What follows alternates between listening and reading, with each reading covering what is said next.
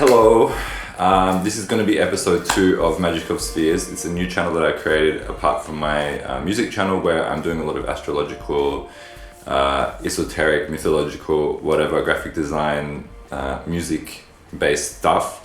I want to make this channel a little bit more of a backdrop into where I get my inspiration, where I do my research, how I understand certain systems, why I understand certain systems a certain way, and also to explain a little bit the deep wisdom that I feel that I've gained from going really deep into this topic and learning from many amazing people online and offline, that I want to share and that I can hopefully help people in this time, because I really do feel that we need to leave behind, and this is what this episode is going to be about, Western astrology.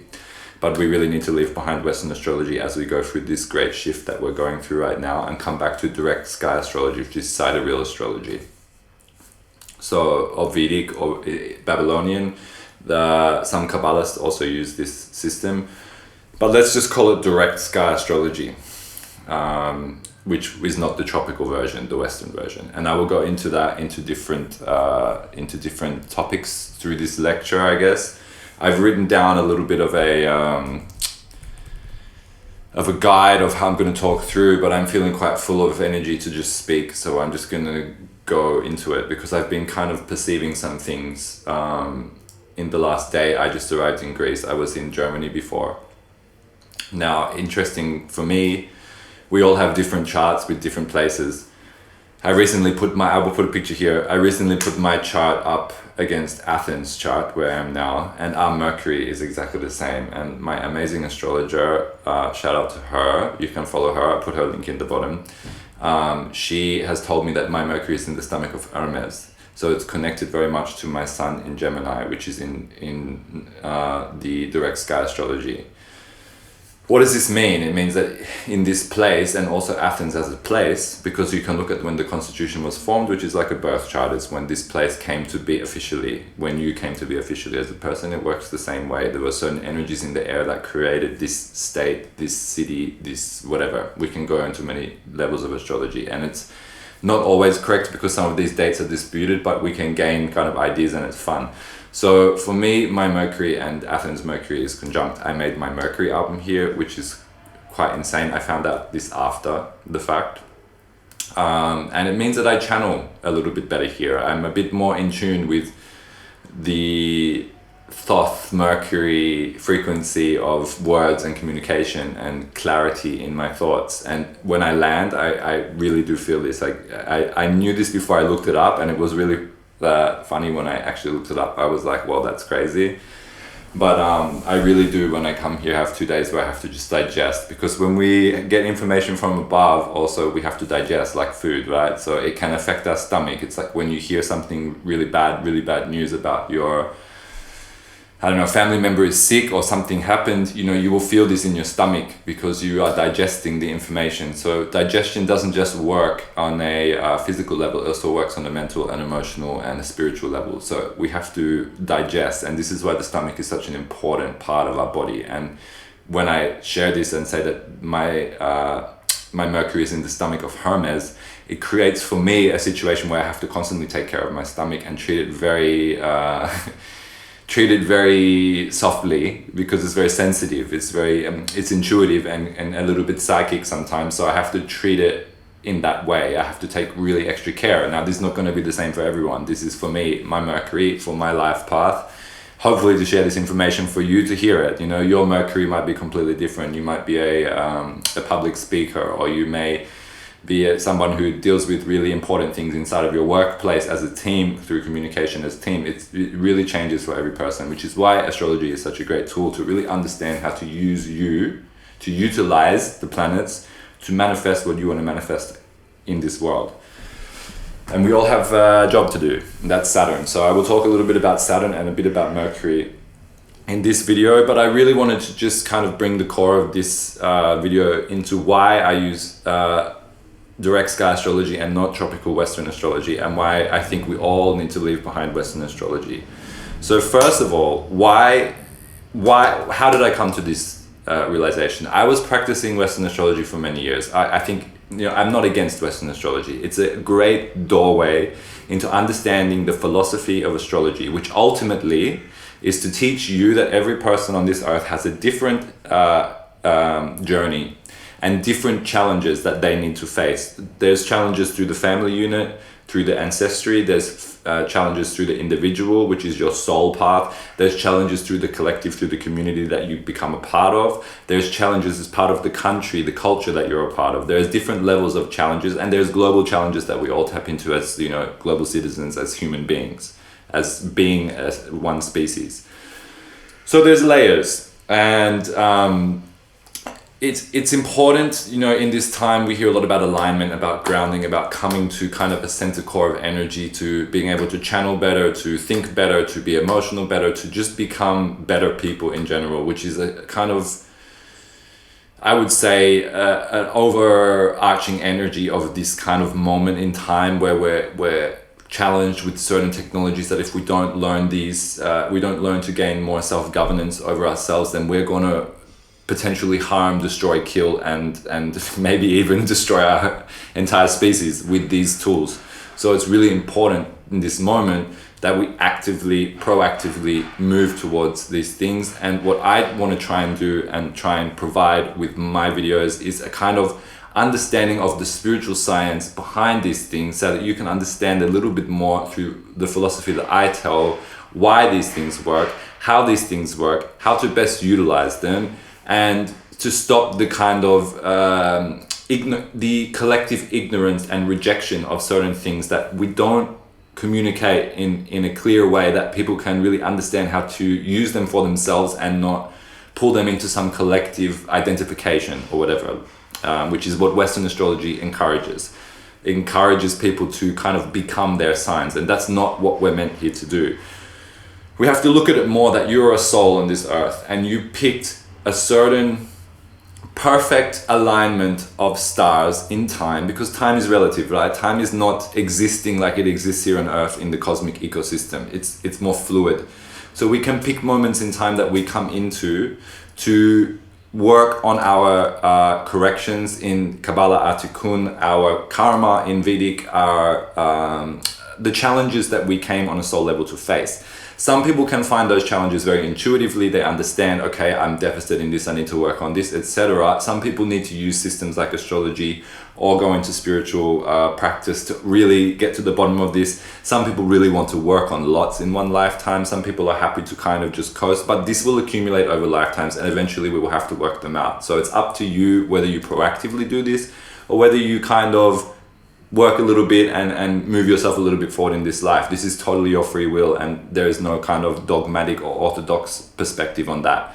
So we come into this life to work on ourselves, to work on our challenges, and sometimes in challenges surrounding the family, which is also tied to ourselves and to people around us, because we are a kind of symbiotic species, so everything that we interact with also interacts with us. So by solving our own challenges in the kind of immediate reality, we are also kind of solving our surroundings at the same time. But ultimately we have a deeper arc or arch or journey that we need to make for our soul, whether in this lifetime, across multiple lifetimes, or whatever, we don't know. But coming to an awareness about this is important, and I believe vital for many people to really move into a proactive disposition over their job, their mission, their reason for being here, for being in this body, for being in this vessel. So direct astrology is, if I point in the sky,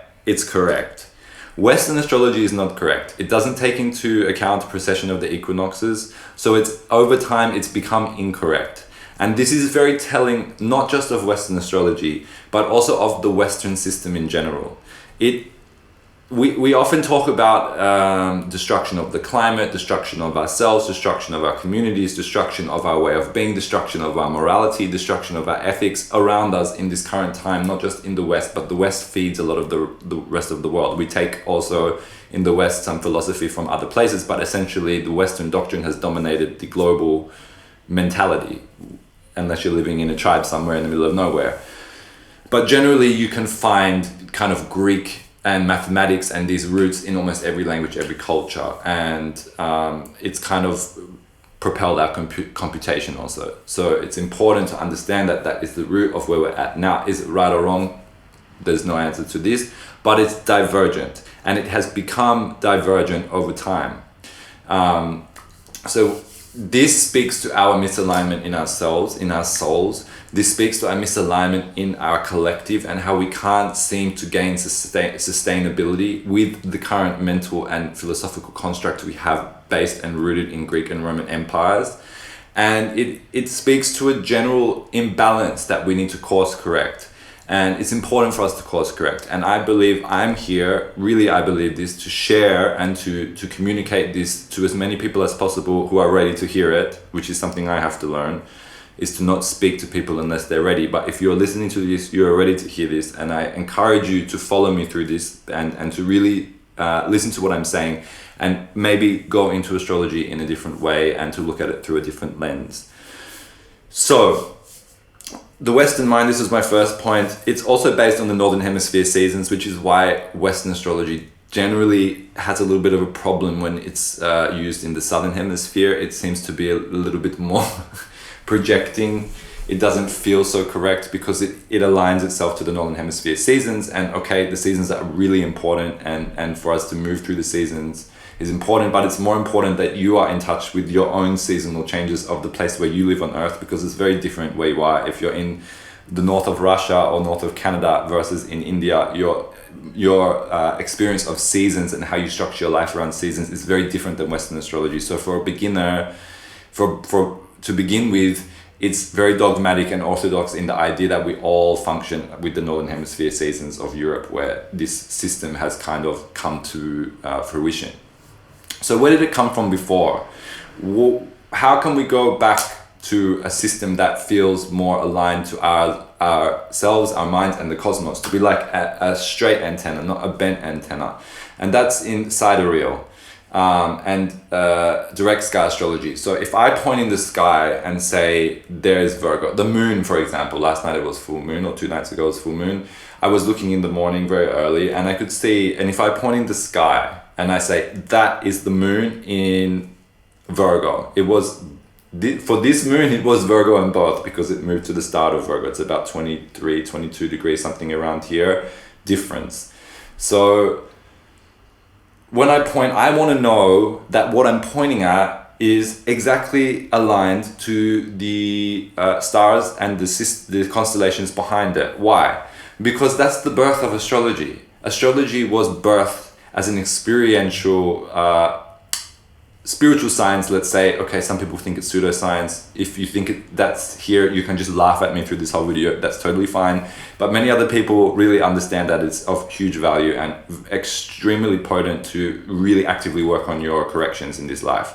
So when I point in the sky, I want to know that what I point at is correct. I want to be aligned.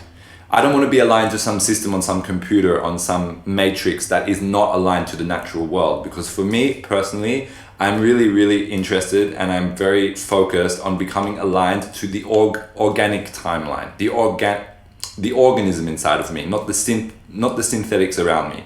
I can utilize the synthetics around me to create, and they're very powerful tools. But I don't want them to control me. I want to be controlled by the natural ecosystem. Well, I don't want to be controlled by anyone, but I want to be respectful of the natural ecosystem, whether that be nature, through diet and, making less of an imprint on this earth than I really need to.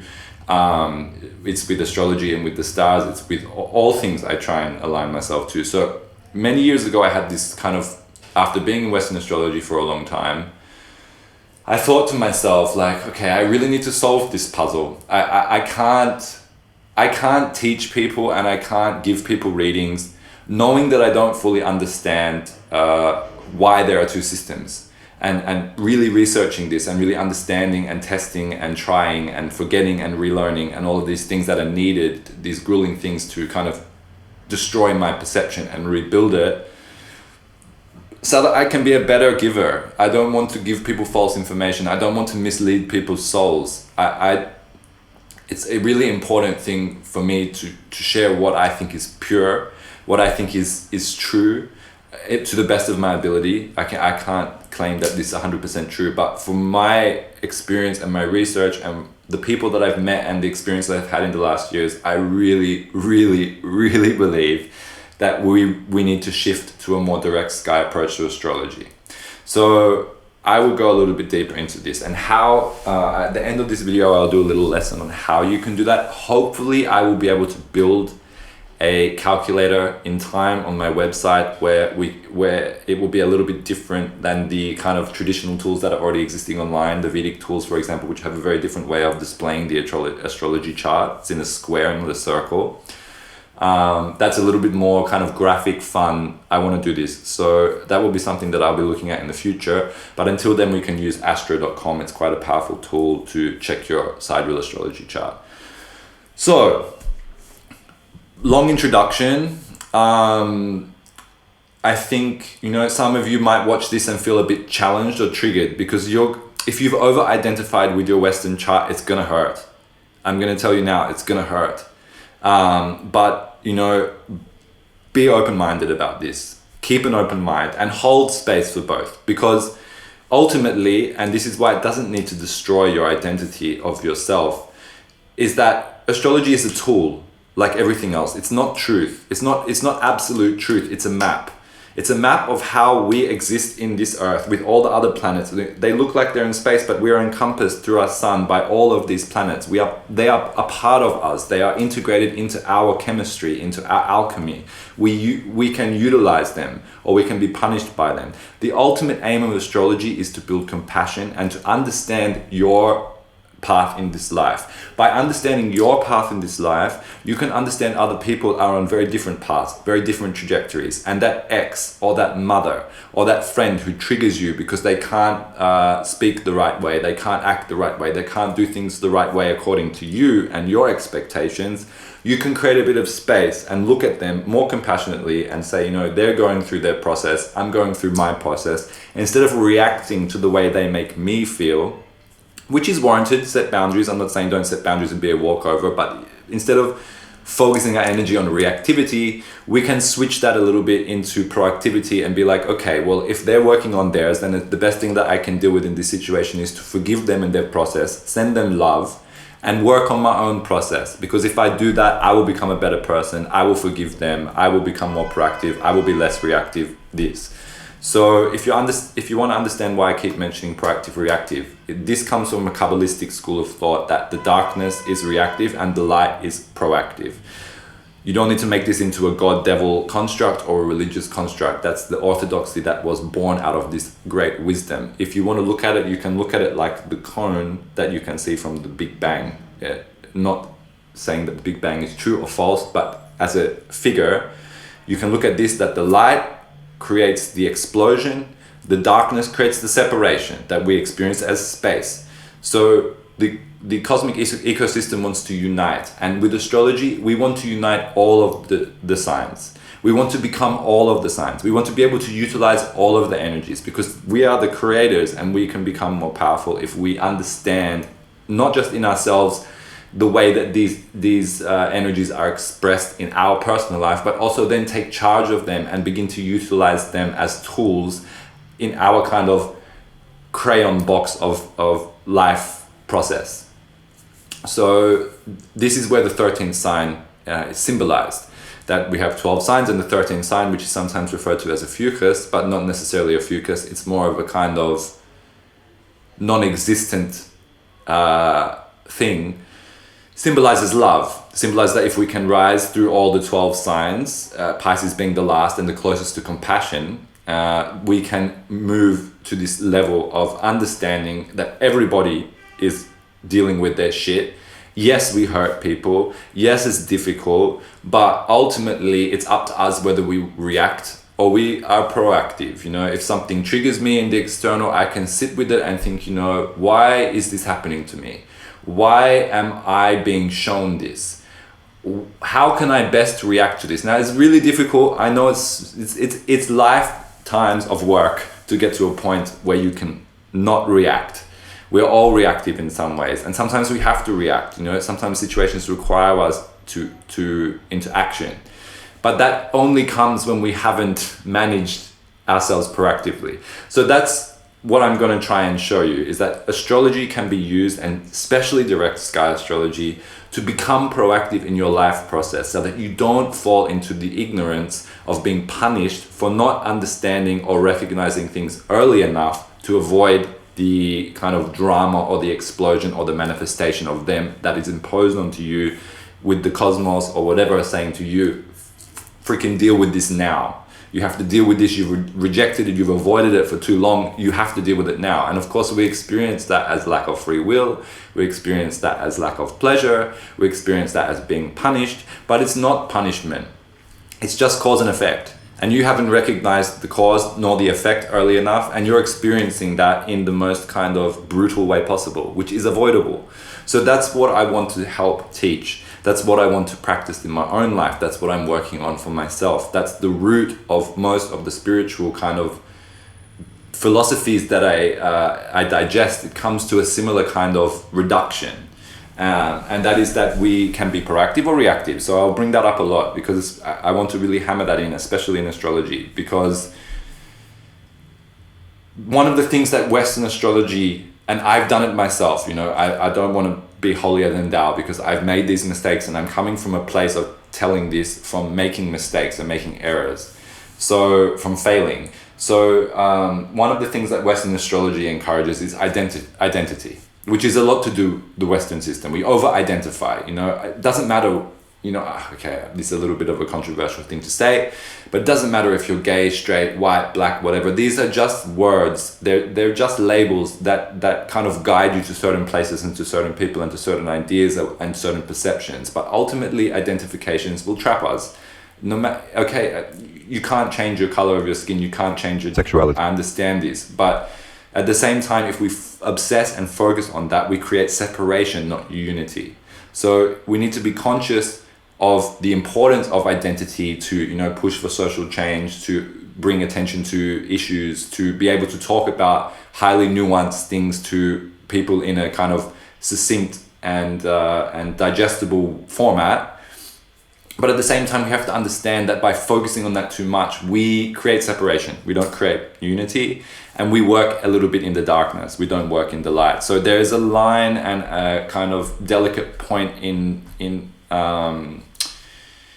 identity that we need to strike. So that's something that I want to talk a little bit about.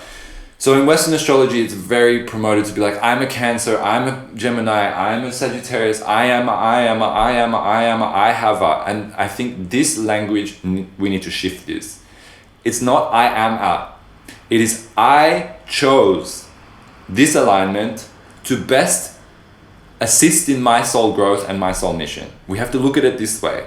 I picked my sun to be in Gemini because I need to work on my communication. I need to work on my mind. I need to work on clearing my thoughts. I need to work on how to best manifest music and connect to audience, which is difficult for me.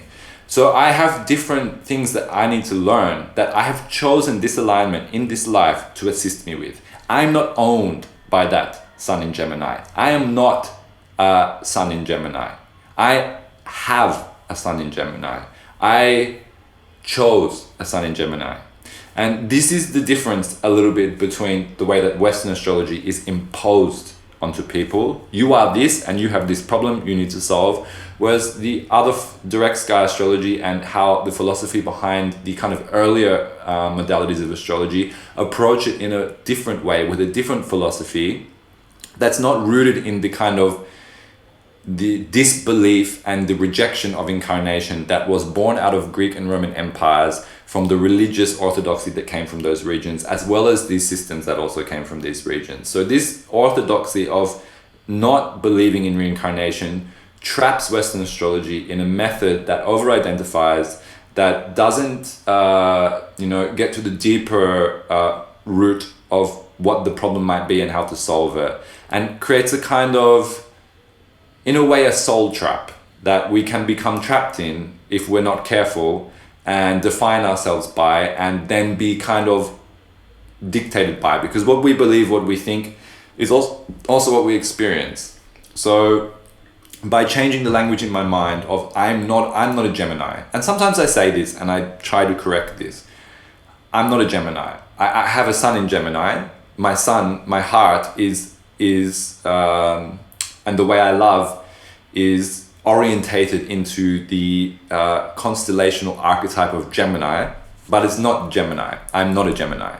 And it's really important to differentiate this, because once you say I am a Gemini, this becomes a lot stronger and you will have to fight to kind of peel back that layer of identity off, and you will at some point because it's inevitable. So it's up to you how much you identify with these things. If it helps, by all means do it.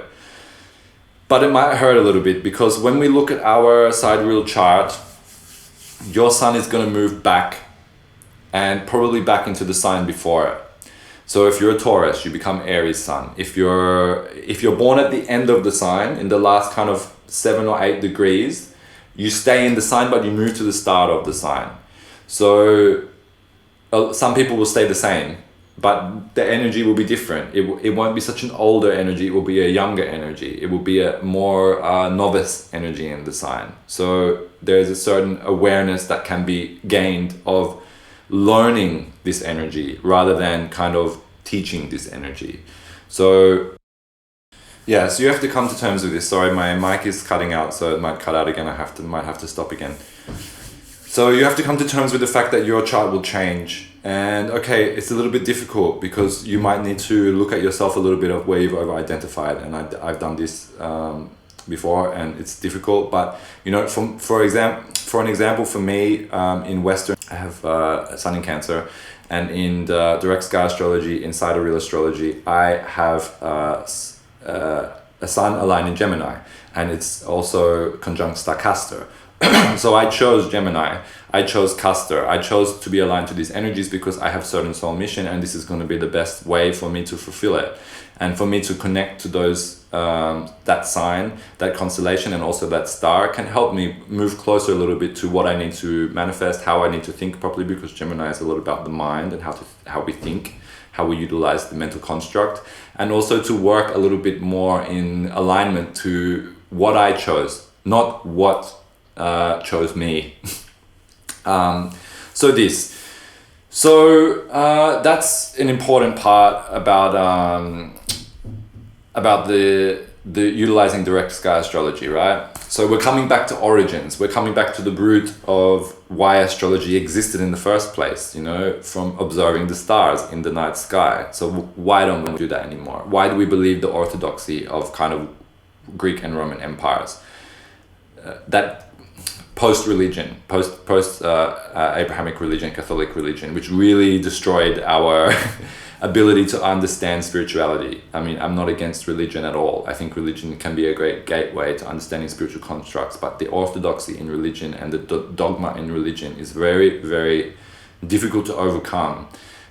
This is why I like Kabbalah, this is why I like Vedic, this is why I like also reading Sufism, and these kind of roads, they go behind the religious dogma and orthodoxy and teach the wisdom that has been interpreted in certain ways, often to control people, through systems that are kind of illogical and out of sync with our spiritual origin and our nature of a soul that encompasses a vessel and a body over multiple lifetimes to learn multiple lessons and to ascend, and to through those lessons and through that understanding of different vibrational states and transformation can better operate at higher levels of responsibility and of evolutionary growth. Okay, blah blah, doesn't matter. So next line, what did I say? Yes, the ignorance of not embracing direct sky astrology leads to pain. And you know, ignorance in all forms leads to pain. Okay, we're always going to be ignorant in something. One person cannot know everything, that's for sure. But at the same time, you know, pain is often an indicator of where we are ignorant. So, you know, if we keep feeling like life is against us, everything is working against us, why am I trapped in this cycle? Use astrology. This will help you to identify the cycle, or will help you to identify why you're dealing with that. If you're winning at life and everything seems to be working fine, you don't need it. It's fine. It's okay. You know, it's, as I said before, it's a tool. It's a modality that can help people who are stuck, people who want to go deeper, people who want to become more proactive with their soul mission, their soul growth, and more people will over time. This is going to happen as the kind of the matrix of the Western thought kind of just dissolves, which it is at the moment. I'm sorry to say this, but it is. And you know, it's up to us what we replace that with, which is why I'm sharing this information. So, yes, let's talk a little bit about Saturn, because Saturn is the kind of ruler of time in our solar clock, and is a very important planet because it mirrors the black sun in a sense that our sun has a white and black counterpart within it. It shares light, but there's also kind of a black hole future that is part of that sun, and this balance between darkness and light is reflected outwards in Saturn. So Saturn occupies kind of the domain of the black sun in a way.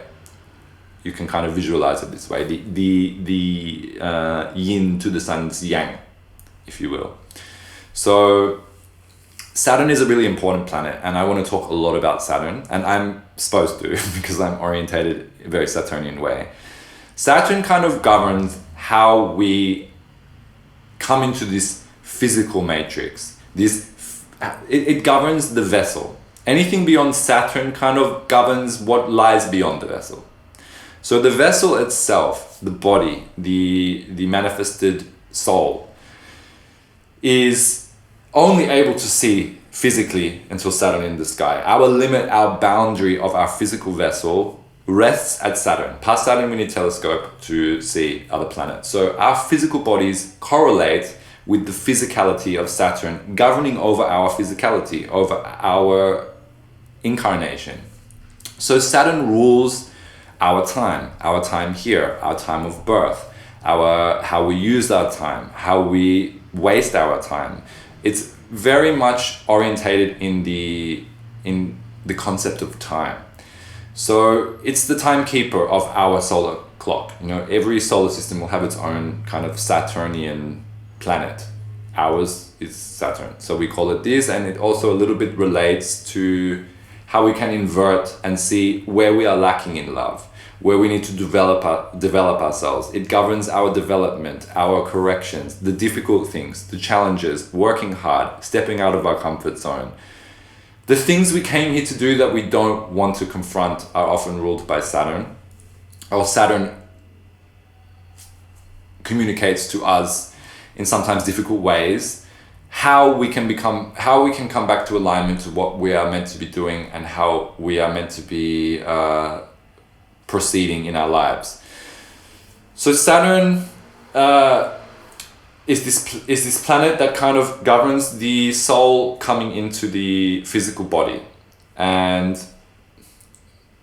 not so much the act, that's more the moon and the womb, but the energy, the Akashic signature that your soul has, the things that you have come here to do and achieve, and the blessings also that are waiting for you, because we all have blessings waiting for us, are all ruled by Saturn. So Saturn is always looked at as this negative force. Also governments, because it's order. It's how we structure our lives, right? So, you know, how I organize my time, how I organize my life, my discipline, also correlates to my Saturnian journey, right? And it's the same in society, in the collective. How we organize is normally what we call government. How we create morality is what we call law. So all of these things that we understand as the system is Saturn. And of course, systems need to be updated and changed over time. Saturn is not some fixed thing that's always the same. It's in a constant state of change, like everything else. And there are situations where systems need to be destroyed or dismantled to create new systems. And we are definitely in a phase right now, which is, you know, where we can take the good of the old, but also, you know, create room for the new, which is a kind of greater political, social upheaval that's happening all over the world right now in different formats, in different cultures and societies. There is a kind of an asking of us to rework our kind of structure, to come up with new structures. So Saturn is governing this. limitations, contraction, the difficult stuff in life that tests us. So Saturn is always looked at as this kind of negative force, but understanding Saturn in your astrology is super vital, because if you can start working with this energy, and it takes some time, it takes some years of living to kind of really get to a point where you can fully integrate Saturn, because he doesn't work in a short period, he works over a long period, so he chips away at us. So it's more easy to perceive this as we kind of move into the 30s, but there's no reason you can't actively work with Saturn at a younger age. But sometimes we have to live the journey and realize the lessons over time, that we spent 10 years wasting our time on something, and that, you know, that harsh wake-up call kind of propels us into another 10 years of really taking life into our hands and becoming the creator. So sometimes we have to live those really difficult failures to kind of give ourselves the push to start working with Saturn and not having Saturn work against us, which it can for many people if you don't actively take a responsible role in your life and accountable role in your life. You know, it's this idea of Saturn that we are either governed or we are self-governing, and this energy is going to exist in some way, in some format, all of the time. It's up to us how that interacts with us. If we are, you know, working on ourselves, working on our spirituality, our mental reactivity, our thoughts, you know, our racing mind through methods of meditation or relaxation or whatever that helps for you, good. Our emotions, we shouldn't react emotionally all the time. It's not good. Okay, if you're an artist, you need to use a little bit of emotions as a recipe for your craft. It's your pen, but it shouldn't govern your personal life. And emotions are great to feel and to move through and to use as guidance. But if we're constantly reactive and using emotions to manipulate people, to create drama, to create chaos, then it's negative, right? So we need to overcome all of these things, and this is the kind of Saturnian journey of mastery of our thoughts, emotions, our mind, our mission. You know, we all agree when we come here that we forget everything and we start to remember as we're ready to remember. But we come here with a kind of clean slate so that we can, you know, learn the journey to come back to the higher dimensions from the beginning, because this is what we want to do. It's not when you're up there in the higher dimensions, it's a little bit boring because there's no challenge. Everything is available and it's beautiful and great all the time, but we need this duality to really appreciate, to really experience, to really see the power we have inside of our souls. So Saturn is working with this, and this why it creates this word structure, order, government, fascism, control. There's a lot of words associated with Saturn that people don't like. Well, those big crashes and those big wake-up calls of your reality checks, which is this kind of hitting to earth. You come here for a reason. Why you're not doing what you're meant to do, which might be, you know, the loss of a job or a partner or whatever. That's a realignment. You spend too much time here. I'm bringing you back here. This is how Saturn works. So it will do it in ways that are harsh, that are difficult to understand, that are, you know, horrific, terrorizing at times, but it doesn't need to get to that point. It only gets to that point when we don't integrate the energy. And that's why it's really important to understand astrology, and that's why I'm sharing this. So that's my example for Saturn, and I will go really deep into Saturn in another episode. But also because a lot of Western astrologers right now are claiming that Saturn is in Pisces. It's not in Pisces. It's in as of today, the 8th of March 2023, it's in 6 degrees of Aquarius. If you look back at the last 2 years of lockdowns, this is not Saturn in Aquarius. Saturn is the planet of order and structure and government, and we were 2 years on and off of lockdowns. This is Saturn in Capricorn. This is not Saturn in Aquarius. The constriction, restrictions, being locked down, being put into some form of prison is very Capricorn Saturn. Aquarius is about learning from that experience and taking that experience and creating something better and learning from this situation we had where we were unable to self-govern. So now we have to take that into our own hands and govern ourselves, govern our health better. Then we don't need the pharmaceutical industries and the medical industries anymore. They are just there as a safety net. We are becoming reliant on them because we are not proactively taking care of our health. We're not proactively investigating our diet. We're not proactively working with herbs and medicines in a personal way. We can all do this. It doesn't take much effort. It's about learning. And this is what Aquarius is teaching. You have to learn all the time. Learn, learn, learn. You don't stop learning. If you think that you've learned, you are automatically inviting in pride, inviting in arrogance. And this will be a destructive force. So the only way to counter that force is to keep learning every day. Be excited to learn something new. You know, don't exhaust yourself. Don't, you know, burn yourself out. But every day, be excited. Get into a place and practice a modus operatus of being excited to learn. And Aquarius will work in your favor 1,000,000 times over, because this is the energy that is needed to get us out of the destruction and the chaos and the difficulties we're all experiencing in the climate, in society, in culture, in corruption, in all of these things. If they can't be the example, we must be the example. And it's hard, because that means we have to face our own flaws, face our own mistakes, face it where we have done the same things as they've done. They just do it on a macro scale and we do it on a micro scale, but it's no different. If we lie and they lie, there's no difference. If we lie to ourselves and the people at the top lie to themselves, there's no difference. There's just greater consequences for them because they're working at a macro level, whereas we're working at a micro level. So we can get away with the minor consequences because they don't affect millions of people. But it's the same, you know, if we want to a better system, a lighter existence, a more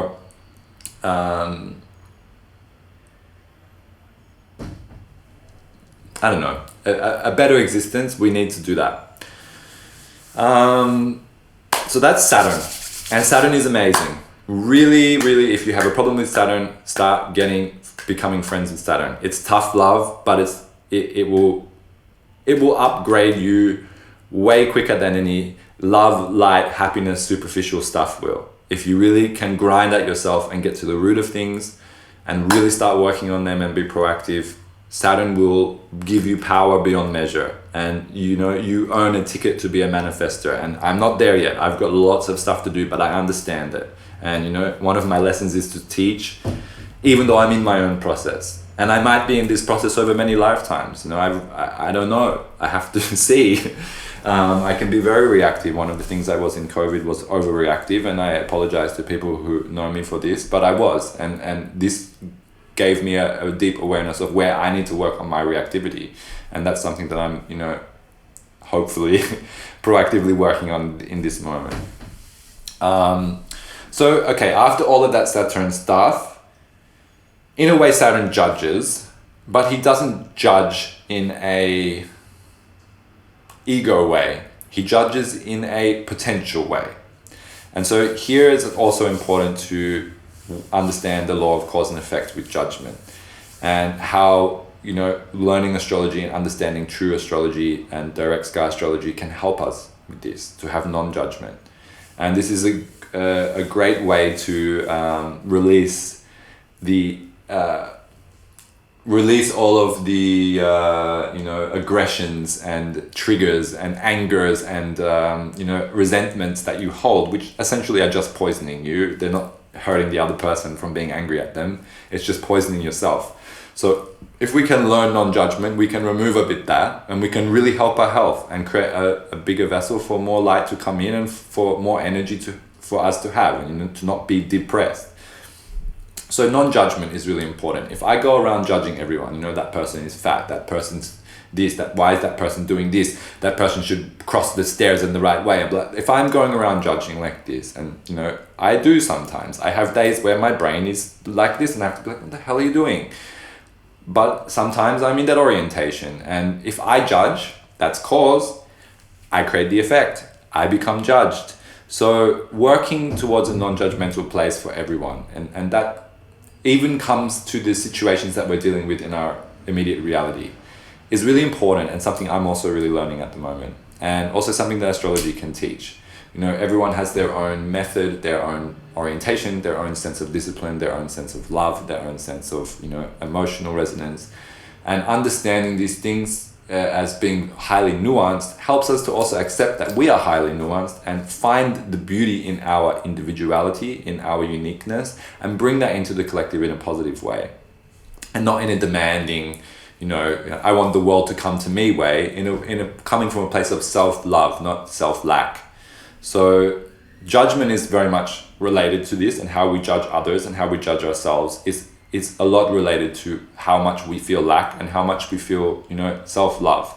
If we've learned to be not so judgmental of ourselves, to learn the lessons, to not complain, we tend to be coming from a place more of a foundation of self-love. Whereas if we've been kind of taught through our parents, our school, our societies to complain all the time, to yell all the time, to have problems all the time, we will be manifesting and growing a tree a little bit of lack, because that comes from a sense of lack.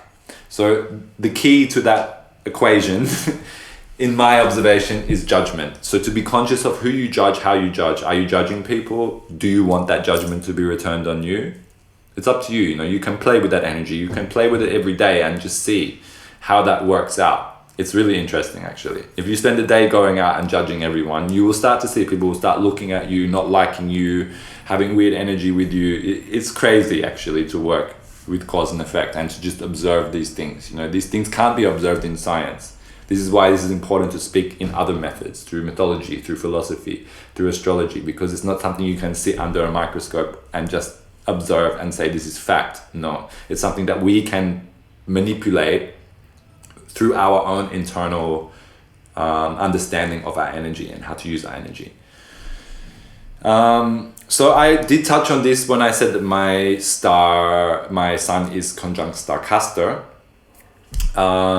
But just the power of knowing your personal stars is something that I want to go into more. I need to do more research on this topic, and once I have, I will bring back some information on some stars and how they can affect, some more nuanced information. But this is a very important thing that Western astrology tends to abandon. But if you're, for example, if you have a very powerful planet aligning a very powerful star, or a very potent star, powerful is maybe a little bit of a loaded word, potent, the energy of that star tends to override the energy of that house, of that sun. So it becomes quite a large player. But that said, as we become aware of that, we also draw in more of that power. So it's really great to become aware of this. And this is a little bit more looked at in Babylonian charts. But this is a very strong wisdom that we can really utilize. And, you know, everyone will have one or two close placements to a star. You know, I have two or three, I think, something like this. But I have one on Saturn, one on the sun, and one on my south node, which is where my past lives are coming from. And it's been really interesting to look at other people's charts who've come in my experience and notice like certain south node placements and that they've come from my past life, that they're here to deliver a message. Or my Saturn, for example, is quite telling, because I don't want to share this publicly, but it creates a very kind of a strong message towards my ability to use the knowledge that I've been gifted in this life in the right way. And that's what I have to learn, but it's a very difficult lesson. And I will fail. So I'm sorry if I'm saying things that disrupt you or create chaos in you. I want to try and be better at this. Please share if this does and how I can communicate better, because I need to learn this and it's important for me. You can be a bit my karma. So yes, I did touch on, I kind of worked through this list in a very non-linear way. I'm sorry for this. The issue of Greece and Rome and the dysfunction of religious orthodoxy in a time of universal spiritual law is what I wrote. So that's what I did touch on, that the root of the Western system and the Western astrological system is from a basis of non-reincarnation. So it tends to avoid bigger themes that are very important that the sidereal and direct sky astrology goes into. So, you know, orientating yourself more from the reincarnation journey is a little bit more powerful than really figuring out your identity in this life, because it's one life of many and it's the blip in time, and okay, we experience it as this long arduous process, but really in the greater scheme of things it's nothing. So looking at the bigger picture is important. Direct sky astrology can help you look at that bigger picture. I promise you, if you let it in, you will feel way more aligned. Like, I don't even know how to describe how much more information came clear when I rejected Gemini. This is the funny part. I didn't like Geminis. They were always annoying. I couldn't understand how they were like taking up so much space, speaking so much energy, so much chaos, so much disorganized thought process. I couldn't deal with this. And then I found out I was one, and all of those things are things that were me, that were mirrored in other people, that I have to accept about myself. And as I find the love for that, you know, I feel the power and the beauty in that, and I feel the power and the beauty in those people as well, and also heal kind of some grievances I've had with those people and judgments I've had over those people for feeling mistreated or feeling unseen or feeling, you know, maybe abused in certain ways. I understand this now because I understand this in myself and how this works in myself. So it's been super interesting for me, this. So I'm excited for more people to really adopt the system that I will bring into these videos in a more dominant way than the way Western astrology has dominated us. So I think that kind of covers most of it. I'll just think if I want to share anything else. So yes, I just wanted to make this video as a kind of secondary introduction, and also a little bit feeding some information around this topic, because it's a big topic. And you know, if you're novice or you know, intermediate or you know, expert in astrology, I'm sure at some point you've had the thought in your mind, like, why are there two systems of astrology? Why, you know, in this age of, you know, such amazing quantum computation tools, and, you know, we've kind of transcended tribalism, and we've found the systems that work in a more holistic way across the earth. Amazing. Why are there still two systems? Okay, I'm telling you why. Western astrology is a great way to open the door, to understand, to understand philosophy, to play, but don't take it too seriously. Please look at your Vedic, sidereal, direct sky, Babylonian astrology. There's plenty of astrologers out there who can help you. If you go on astro.com and you go to extended chart selection, you can select sidereal there. And there's a couple of other ones that I can find links to, and I'll put it in the description. But there needs to be more. There needs to be more people working in this framework. I see a lot of powerful spiritual people on Instagram and online who are still, I'm sorry to say this, I don't want to judge them, but it's wasting their beautiful talents away with Western astrology, because it's not going to help us long term.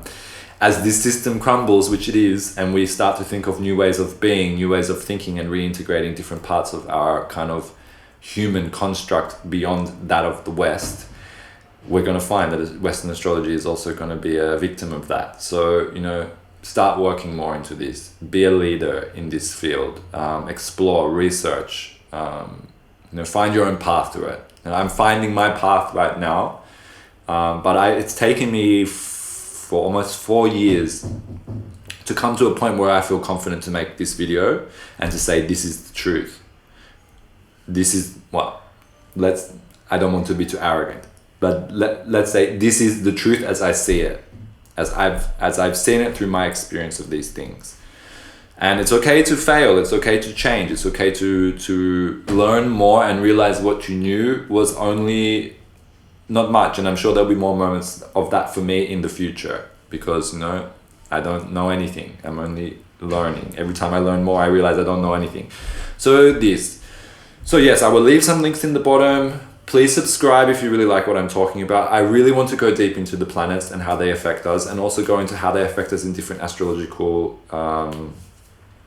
configurements, and how to read these configurements, because it's math, it's the energy of maths. You know, I didn't say this in my first video, so I will put it at the end of this video. I was born in Australia, and, you know, my parents were British, so I never felt like Australia was my land. I felt like I was a visitor, like I was an alien. And this is kind of like how this is manifested a little bit into my identity, and how I present myself a little bit as an alien and an alien on this planet, because I felt like this growing up, and not in a negative way, but I felt like the nature was owned by the Aboriginal people. I was there visiting, and I didn't understand how Australians could be so ignorant of this incredible nature, like this incredible teacher that is just there all the time. In school, you know, I didn't have so many friends. I would be off in the nature somewhere, you know, observing the water, observing the ants, doing something like this, because for me, school was BS. The nature was my teacher. The fires, the death and rebirth was my teacher. Going into the field in the night, and how privileged was I to be able to see the full Milky Way, which some people in cities have never seen. And this is what created my obsession with planets. This is what created my obsession with space. This is what opened my mind. This is what created inspiration for me artistically. I know this.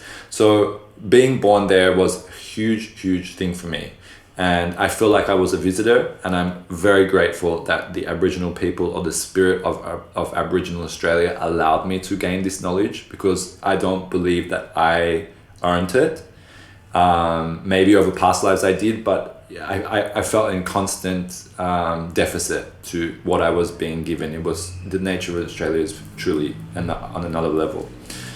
So that was my upbringing, and having that connection to the stars really started, I think, created a really deep foundation, because we lived like on the outskirts of Sydney, and we didn't have street lights at the time. They didn't have street lights, so we had a lot of natural space light, starlight. So it was a really amazing learning place for me for astrology. So I just wanted to share that a little bit, because I didn't say where I was from in the previous video. And maybe it's important to say this. Right now I live in Europe. I'm moving around a little bit. I'm a bit drawn to the UK. I think I will end up there in the next years, because my family heritage is there, and I think I really need to connect to the ancestral lineage of my family, even though I find it UK difficult.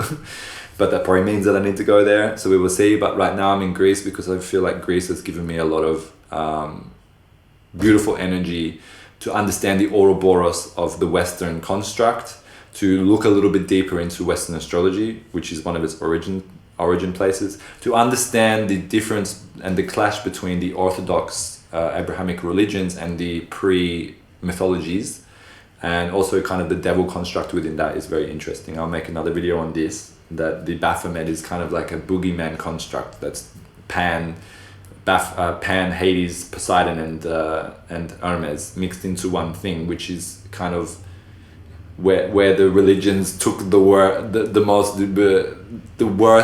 worst parts of some of the gods and created this evil figure. But this is not, to me, the devil. The devil is like used car salesman who's telling you that they know more about you than you know about yourself, right? It's like someone saying that you don't know anything. You can't know anything. I will tell you what to know. No, you can tell me, I will integrate, but I have my own spine, the snake, my own antenna to the cosmos, the cosmic information, God, if you want to say this. I can ask and find for myself. I can use my inner guidance system as much as you can tell me externally, and to find the balance. So the snake, the devil, to me is just this. It's to number one, not react. Number two, to identify who is trying to mislead you by giving you false information. So ending on that note, if something in this video doesn't feel true for you, you're not ready for it yet, you don't feel that it resonates with you and your soul, don't take it. Don't, just forget about it. You know, nothing I say is truthful. It's my experience, my process, me sharing my process, and me trying to help you with your process. So take what feels right, feel that you need to go where you feel intuitively you need to go. And I leave it there. So thank you for watching the second episode. The third episode will come soon. Maybe I will start doing the planets next episode, because I really want to start talking about them, because I love them and I'm obsessed with them, and they're so amazing, and it's just a never-ending story of beauty and connection when we start to really feel and channel and connect with them, because they want us to connect. They really want us to connect, and we put this roof over our mind and say, no, everything is just physical, they're just planets, they're just rocks. No, they want us to connect to their personalities, their archetypes, their creators, their co-creators, their beings, they